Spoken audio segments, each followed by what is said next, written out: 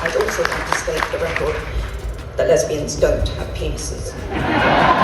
The LGB Alliance Conference was interrupted when over 6,000 cockroaches, crickets, and mealworms were unleashed into the crowd. I didn't know this was possible, but crazy trans activists have just hit a new low.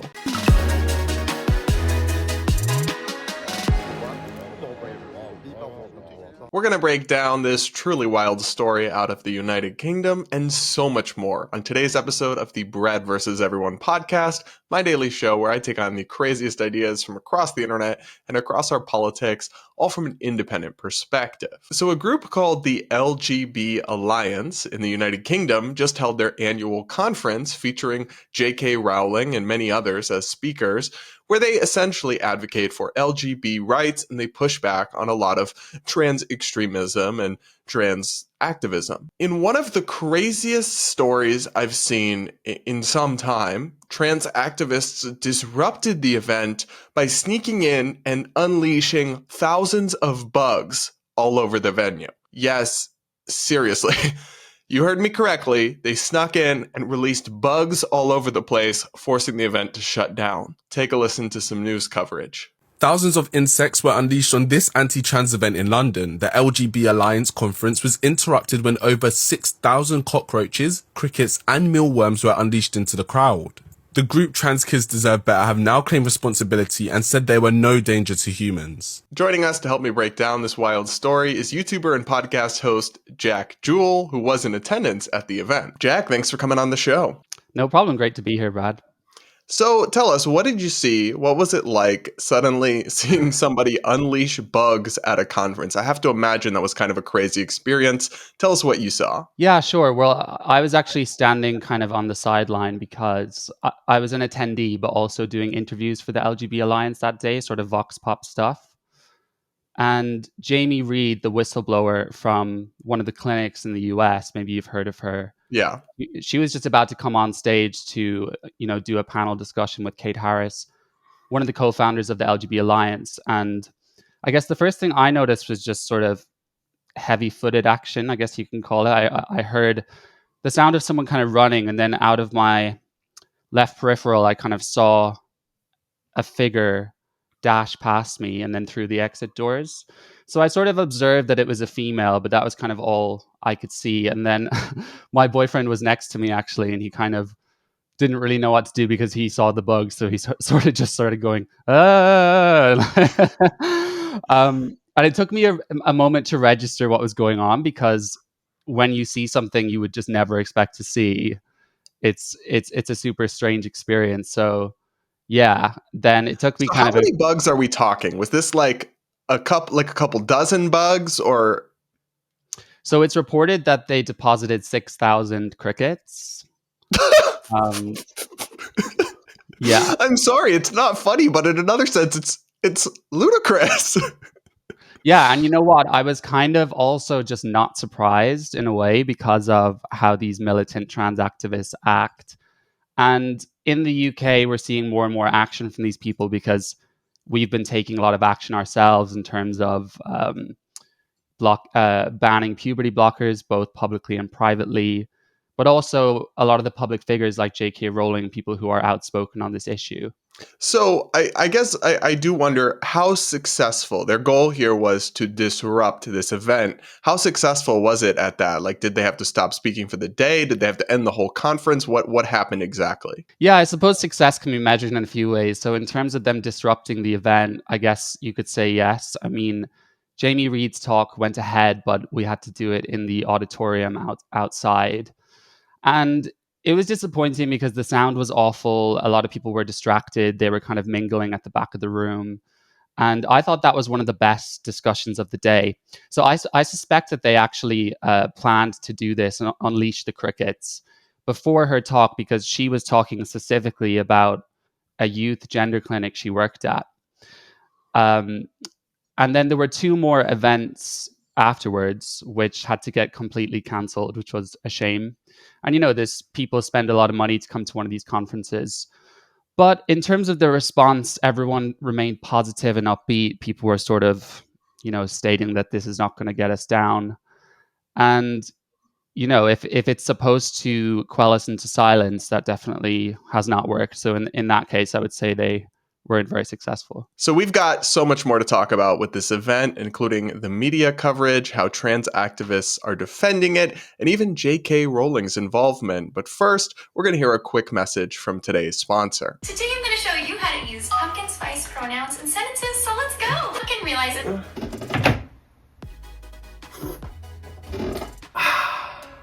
That's better. Sometimes I feel absolutely cooked at the end of a long day, wading through TikTok brain rot and more insanity from the Wi-Fi password community. One thing that helps me cope and regenerate some of my destroyed brain cells is a cup of tea from my friends over at Lions Tea Exchange, the sponsor of today's show. Founded by my friend and fellow YouTuber Sydney Watson, this delicious tea is sourced from across the globe, from Nepal to Japan, but made in America and packaged meticulously by hand. I love the lemon ginseng tea to sip and unwind after a day of dealing with Delulu. If you too need something to bring you some peace in this increasingly insane world, go to the link on screen or in the description and check out Lions Tea Exchange today. Plus, if you use the promo code BRAD, you can get 10% off your order. Check out Lions Tea Exchange now. So Jack, how was this honestly crazy event? I saw it unfolding on social media, but how was it covered in the mainstream UK press? Very lightly. It wasn't a big story, but I just think one thing that's interesting is even in our more right-wing press, and I don't think it was through any fault, I just think there's a certain narrative we're used to hearing with this sort of language, in that it was reported that trans rights activists disrupted a gender-critical event, right? But I guess this framing behind it always paints trans activists as the inherent victims because they're fighting for their rights. Well, in actual effect, the outcome of this act was homophobic, as it is trying to silence the voice of LGB people. And to describe the conference as only gender critical, I think is false, because while they speak out about a lot of the issues concerning both children, gay children, and adults being sort of wrapped up in this ideology and then transitioning as a result, they also talk about a lot of other issues specific to LGB people that Stonewall and GLAAD and those organizations don't bother give any attention to because they're so focused on trans rights. So stuff like drug abuse in the gay community, issues around sex and loneliness, lesbian specific issues, those are all important too. Mm-hmm. So I am curious as well. We're seeing the trans activist groups take credit for this. So a group called Trans Kids Deserve Better is taking credit for this. They posted on social media. Thousands of crickets stand up for trans rights at hate group LGB Alliance's annual conference. Our Crick Kids put a stop to their hate, masquerading as an event for social progress, and we couldn't be prouder. Then, of course, in all caps, trans kids deserve better. Now, some trans activists are actually defending this. So one by the name of India Willoughby, who of course has me blocked on social media, wrote, "Never mind meeting West Streeting for cups of tea and a pat on the head. This," and quote tweeting, the story about releasing the crickets, "this is what trans people and our allies need to start doing. Direct action, disruption. Gender critical is a hate movement, no different to belonging to the Ku Klux Klan." Typo there. So I have some questions, Jack. First off, how can you promote what you call human rights by violating human rights, which are the freedom of speech and freedom of assembly? And also, do they not realize how quickly and how easily this same tactic, if allowed to just happen and not punished and allowed to be established as a precedent, could be used against them? I mean, you could very easily go to a trans rights conference and just unleash 6,000 crickets and shut the whole thing down. I mean, do they really want to play that game? I mean, these kinds of things can't and don't ever just go one way. For sure. I mean, we could do that. And I say we by the sort of broader LGB gender critical movement, or even just the movement that are more with reality. But that tends not to happen because I think they possess more integrity than that. And, India's response is just typical of these militant groups. And we see this in movements like, Antifa, BLM, Just Stop Oil. they believe that their position is the moral one and the correct one, and therefore they can achieve their goals by any means, whether that is disruptive acts like this or even violence on some occasions, although that didn't happen this time. And India is referring Wes Streeting as our health secretary in the Labour Party. And he's a gay man himself, and he actually solidified the puberty blocker ban after they took power. So that is one thing that we are very happy this party has done. And he's clearly very informed himself on the CAS report and all the stuff that came to light on youth gender medicine. But when we look at the perpetrators of this, and I say alleged because I'm not sure, in my country we have all these situations about libel. But Andy No, my friend, got footage of them, and we're looking at 15-year-old girls at most. They sort of went in disguise. One of them had a Sex Matters pin on, which is another gender critical. Are they really movement. that young? They appear to be. I mean, this is not the first time that they've been seen. They also did a public demonstration. This was outside the NHS, so our National Health Services offices building. They actually had an encampment there for 4 days protesting against puberty blockers, against the ban. So we've seen sort of pretty pathetic protests of, they hold these signs saying trans kids deserve to grow up. They ignore all of the blatant evidence that this is not safe or backed by any scientific evidence. The kids involved in this are merely high school age. So, I think one day they'll look back at this in embarrassment when perhaps they peak on some of these issues. I hope so, but I do want to ask you, because I'm a firm believer that things like this will continue to happen. This is why Just Stop Oil continues to do the shit they do, for example, unless there are consequences, unless people are arrested and they face serious consequences. Now, I'm not saying that a 16-year-old should be sent to prison for a decade, but they should actually face some form of consequences for this. Do we know if any arrests were made or if charges are going to be brought against these individuals? So all I know, as reported by the mainstream media, is that their families were called and no arrests were made. So beyond that, I'm not sure what sort of consequences there should be. But I agree with you. I think for that age group, there are various community service things that can happen without them, I think, having a permanent record. And, we have seen some progress with Just Stop Oil, because we've had a couple of people go to jail for years because they blocked a whole highway in the UK. So I don't think it's necessarily a coincidence that JK Rowling did speak to the LGB Alliance. That may have been part of why these activists targeted this event. Let's play a clip from that video message now. As a fellow supporter and ally, I wanted to send my very best wishes to the conference. As I've said many times before, it must be right that lesbians, gay men and bisexuals are able to live and love freely and define themselves accurately. Because, as has been said before, if sex isn't real, there is no same-sex attraction.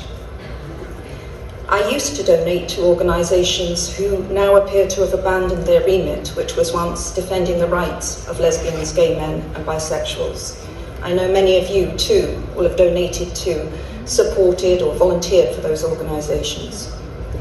So I'm thrilled that LGB Alliance was created and that it has continued to go from strength to strength. And I want to express my admiration to Bev and Kate for their courage and hard work. I'd also like to state for the record that lesbians don't have penises. To the team Bev and Kate have built, congratulations. And to everyone who's there in a supportive capacity, I'm sending my love. Have a wonderful day. So what did you make of JK's message here? And why is it, maybe it's just laziness or sloppiness, but I think JK could be fairly described, or at least arguably described, as anti-trans, in that she rejects kind of the bare concepts of the modern trans movement. But I've often seen JK Rowling described as anti-LGBT. And I don't think that could be further from the truth. There's never been any reason to believe that the person we just heard is somehow against LGB people. What did you make of her comments? Super supportive. I'm glad that she continues to support us. And I'll just add that she looked amazing on her boat, very fabulous, doing her thing. The haters not successfully bringing her down. Yeah, she's going nowhere. But we saw all these reactions to it saying, the LGB Alliance are a hate group. They don't even care about LGB people. Most of the people at the conference weren't even gay. These are all false statements. And I think anti-trans, I wouldn't go that far with JK Rowling. I largely agree with her position, but I think she's got to the point where she is so tired of being abused by these, trans-identified males online, most of which are not like the respectful trans women you and I might speak to, and other content creators we know. But very masculine men who are trans because of a fetish, and these men can be extremely narcissistic and abusive. So I think she's just gotten to the point where she doesn't give two anymore, because she started out 2019 being respectful, saying, I Yes. want you guys to live in comfort and safety, but I also want biological women to have their own spaces, which is totally fair. But And I'm that not didn't saying make a I think difference. she's anti-trans. I'm saying at least Sure. arguably she could be described as that, and it wouldn't be like totally out of touch with reality, because she's very anti the trans agenda and the trans movement in its current form. But to describe her as anti-LGB is what I find Oh yeah. just like completely, it's almost like they just copy and paste their descriptions and slogans and talking points without actually having any nuance, even though there's actually a lot of people who are fully out there in the world, both in the US and the UK and everywhere else, who are fully supportive of LGB, but then have serious doubts about the T and many of the things associated with it. And I don't think that's a wild fringe perspective, but it's one that even mainstream media Yeah. seems unwilling or unable to acknowledge that it exists. Because if somebody disagrees with the T, they just seem to assume they must be just, a trad conservative who's totally anti all things socially liberal or modern, when that's often not the case. And people like JK are an embodiment of the fact that that nuance is real. But, people would call us anti-LGB because we don't subscribe to the given narrative by, these institutions and the mainstream. So they will say that we hate ourselves. So obviously, if JK Rowling disagrees with trans and LGB, she hates them too. And I think it's just making it more and more evident that LGB people have different needs than trans people. They are very, very distinct groups. The only things that really marry them together are sort of shared gender nonconformity and the fact that a lot of people that end up transitioning were homosexual to begin with. All right, Jack. Well, I'm very sorry that you guys had this bizarre and insane experience.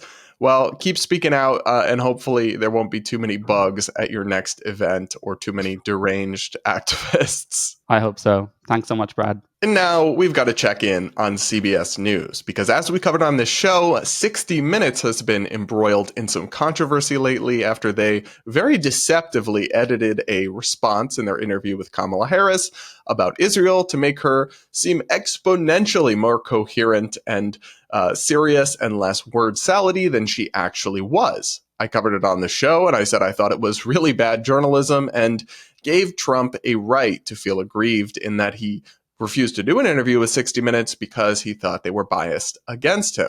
Honestly, I still see why he feels that way, but Trump is hitting back at CBS News in a way that I think is going too far. Take a listen to what Trump said in a recent interview with Newsmax.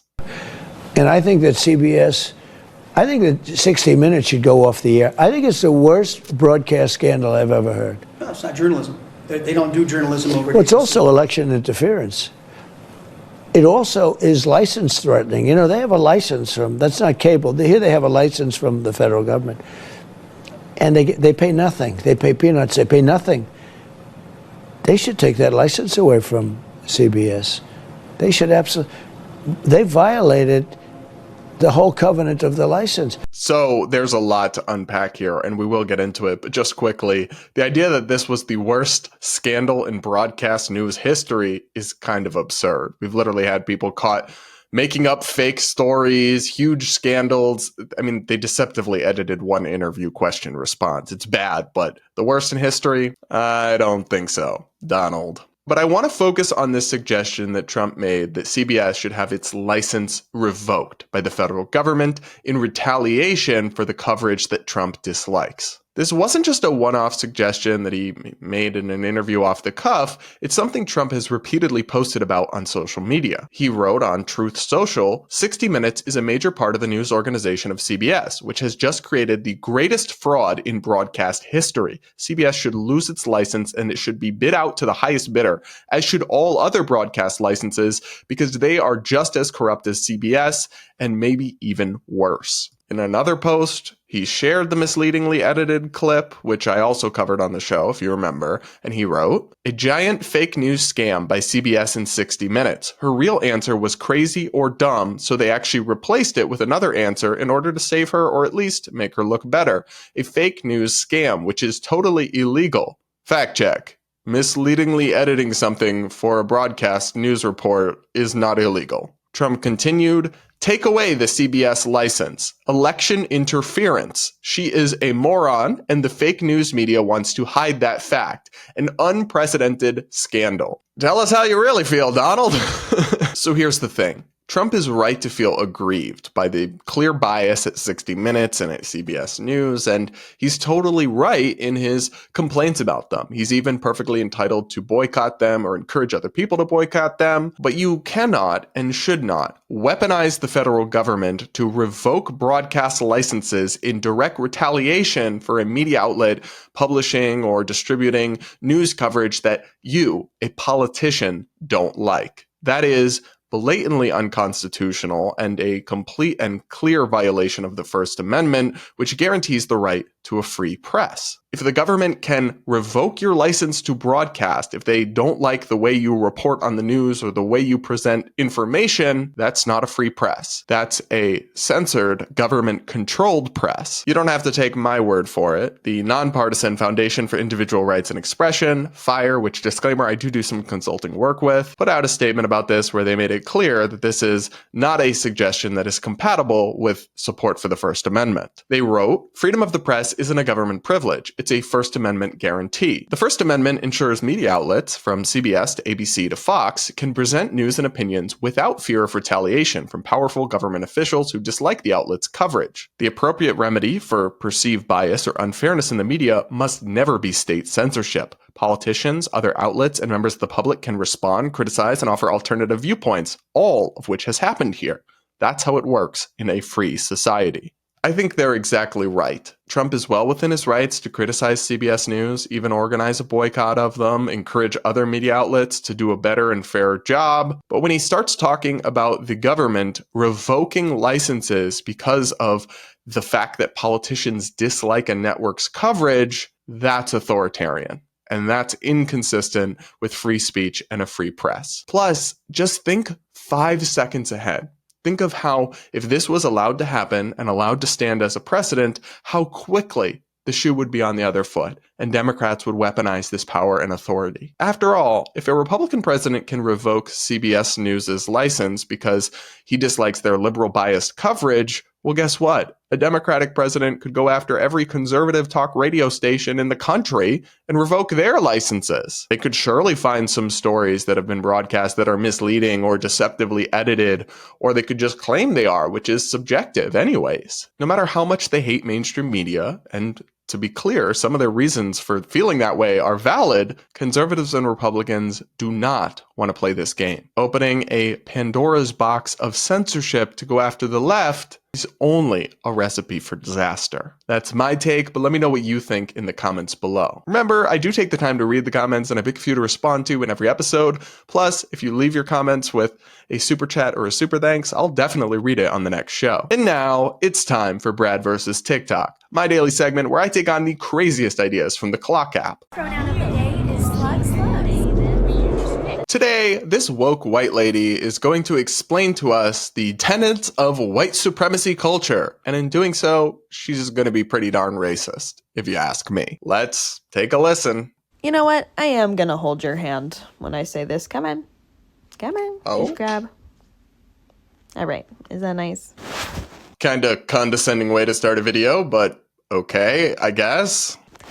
If you find yourself to be defensive when someone confronts you with something, if you don't like having conflict with anyone, if you are always striving for perfection in yourself, if you always are labeling things as good or bad, or labeling people as good or bad, if you value logic over people's feelings when you're trying to make a decision, if you always feel like you need to be in a rush to do something, to do more, that way of living is toxic for you and for other people.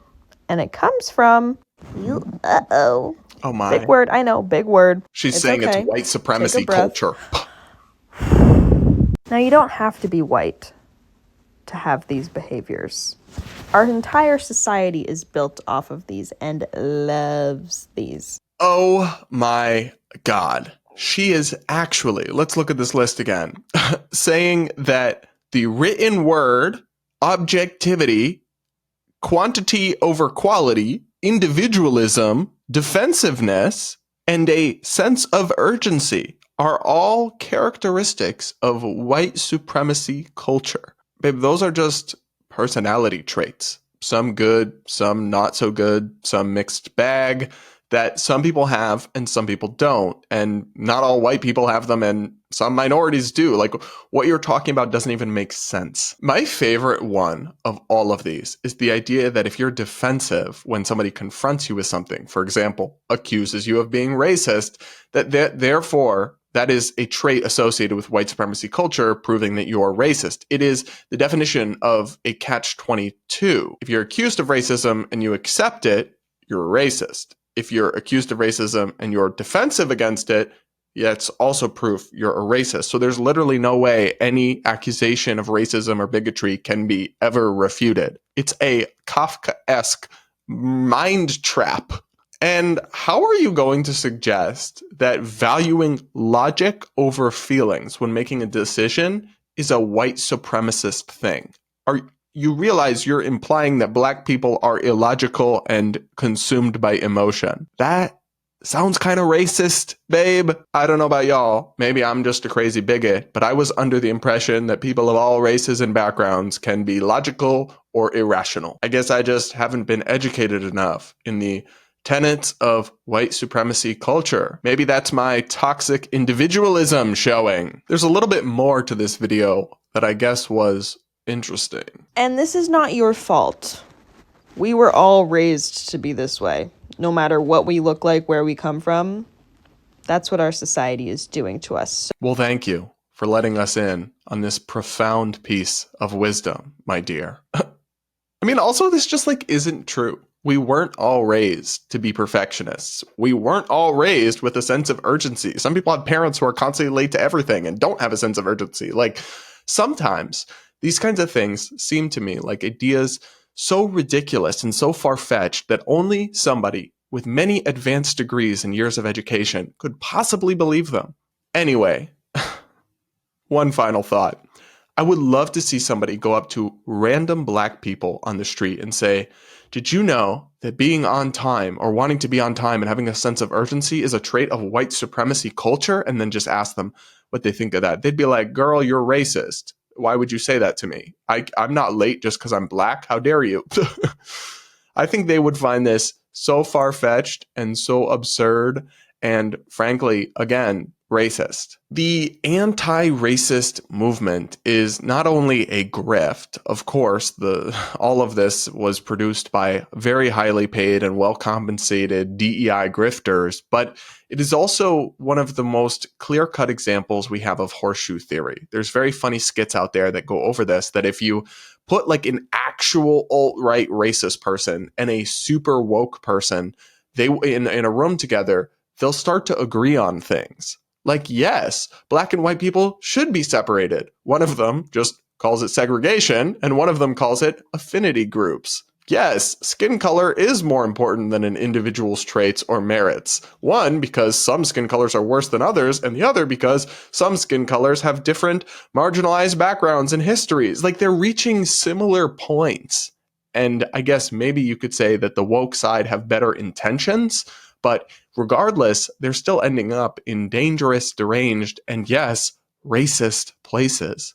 It's sad to me that there's an audience for these videos and for these kinds of grifters and influencers. And frankly, I think if I had to guess, it's a lot of woke white women who feel guilty for somehow perpetuating a system they've been told is so horrific and terrible, and think that by enabling people like this to grift off of them, they're somehow working on themselves or making themselves better. But if you ask me, content like this is just making everything worse. What do you think? Let me know in the comments below, and do hit that like button to reward my suffering. And now I'll read a few of your comments before we wrap up today's episode. I got a lot of feedback to my reaction to Justin Awad's Man on the Street video interviewing young people, and some of the comments are about that. One person says, I'm not worried about them walking around or driving. These people vote. That's what scares me. How did these people graduate? Or did they? You know, I don't know, but a lot of public schools do have a kind of just move students along attitude now, really push back to failing people or making people repeat grades. And if they're just handing out diplomas, then it's not surprising to me that people could graduate and still be incredibly ignorant about basic things that are and should be taught in schools. Another person says, hi, Brad, thank you for your content. I usually watch your videos as part of my morning routine while I get ready for work. I simply wanted to let you know how much I appreciate them. It's funny how I came in here from Abba and Preach's video. I watched your reaction of their reaction and I was hooked. Much love from Montreal.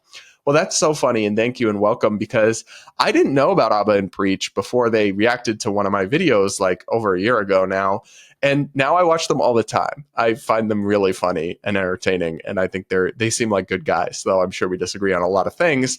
So I too discovered the world of Abba and Preach, and I hope more people from that world find my channel, because I think they might appreciate some of my content as well. Another person says, hi, Brad. I've been discussing the election with a friend of mine, and he was surprised when I told him all the places that Kamala lied during the debate. He's pretty left-leaning, but our exchange made me wonder if he just wasn't informed about a lot of these issues. He seemed genuinely curious about where I get my news and why I was going to vote for Trump. I thought of you and how you are really good at pointing out the facts in a pretty centrist way.